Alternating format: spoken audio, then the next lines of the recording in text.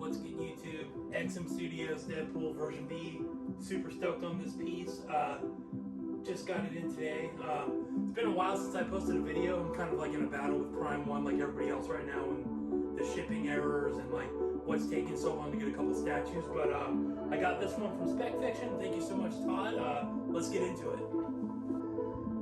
All right, let's start with the base and the art print. That art print is super awesome.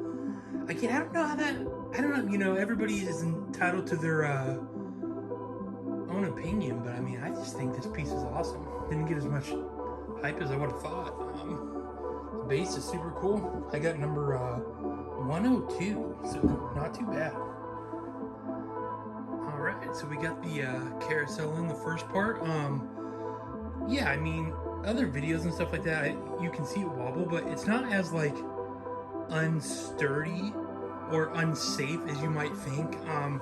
Anyone who's worked with like metal before knows how strong metal is. I mean, you would really have to try to break that. If you have it on a shelf sitting down, even with all the weight on it, and you're never really moving it around, it'll be fine, honestly. And if not, you know, XM stands by its work, and you know, I'm sure they would I don't know, protect their product. Who knows, I could be wrong though, but again, I mean, the peg on that is fine. That thing's not going anywhere. So I already know exactly like how I'm gonna set mine up. I'm doing the boots with the, you know, the grenade in the mouth and all that. So I do have one small break, but again, I'm not one of those guys who loses my mind over stuff like that. That wouldn't be SpecFiction's fault. That's not XM's fault. Like, you know, these things happen. If you're gonna freak out over little stuff like that, you just probably shouldn't buy expensive things. Devil's advocate to myself, I understand when you pay a lot of money for stuff, you want it to be perfect, but these things happen. I have a house with air conditioning and food and water, so, you know, my day is not ruined. That'd be super easy to super glue right back onto that back roller state. So, yeah, but let's keep going. I'll get some better shots for sure. This is just like a quick little once over. I noticed a lot of people kind of had a problem with the pin in the mouth, but mine was definitely fine. There's, you know, a few pieces here and there that I definitely feel like could be more secure, but it is what it is. I don't know if I had the smoke the right way. I don't know if I have like a couple of things the right way, but I mean, honestly, it doesn't really matter on a piece like this. I mean, you can kind of set it up however, so I mean, I'm gonna leave his second head on there for display. I'm gonna leave the broken skate on there for display. I just thought that was kind of funny, but yeah, let me better equipped to talk about this piece.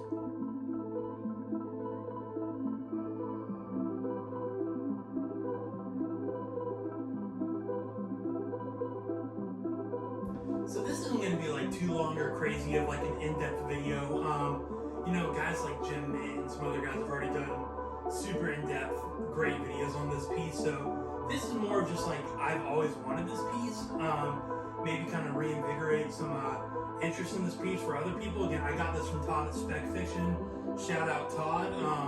I know everybody is saying when they originally got this piece, it was like, I don't know, what was it, like $1,100 with 200 plus shipping. SpecFiction had this listed on their site for $5.99, so it's like half off. So I think with tax and shipping, I paid $690 for this piece. That was originally, what, almost a $1,500 like total investment piece. So that's pretty good. I don't plan on ever selling this piece because I don't want to pack all that up again. If somebody ever wanted to buy it off me, drive your happy ass to Nebraska because I'm not packing that up again. But yeah, realistically, I mean, I'm trying to be positive and not an internet charlatan. I can't make anything like that. I'm not going to pretend like I'm as creative as the people who make stuff like this. I think the engineering on it's fine. Again, if you've ever worked with metal, I don't know, it's going to be fine. Like, it'd be like 100 years if it didn't move. Maybe it would snap. I don't know. I don't know exactly what kind of metal they use, but I'm going to assume their engineering department's on top of their stuff for being as successful a company as they are. But yeah, again, I don't know if I have everything in the right place, but it's art. You know, let your creative side come out, put it however you want.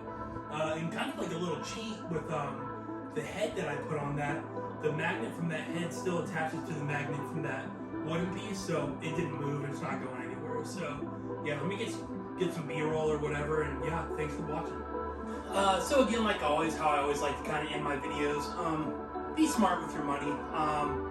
Having things is super cool. The state of the world right now, everything is so expensive, and when you think of the word or the phrasing dumb purchase, that means things for different income levels. So like, if you have super deep pockets and you make a lot of money, it doesn't really matter what you buy because it's not going to affect you.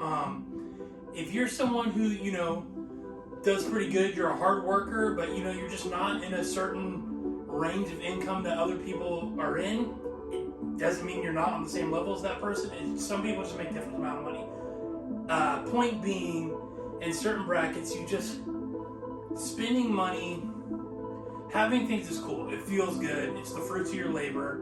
I can't tell you what to buy, what not to buy.